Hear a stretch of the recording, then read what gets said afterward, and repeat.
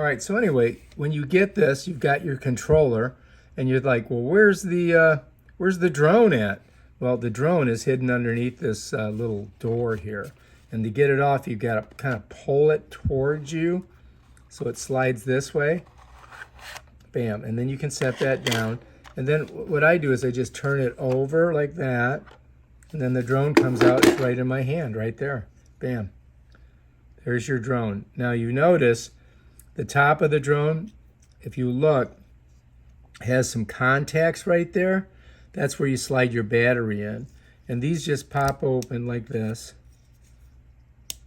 You got to open them all up, just like that. And now the drone's ready for the battery to be put in.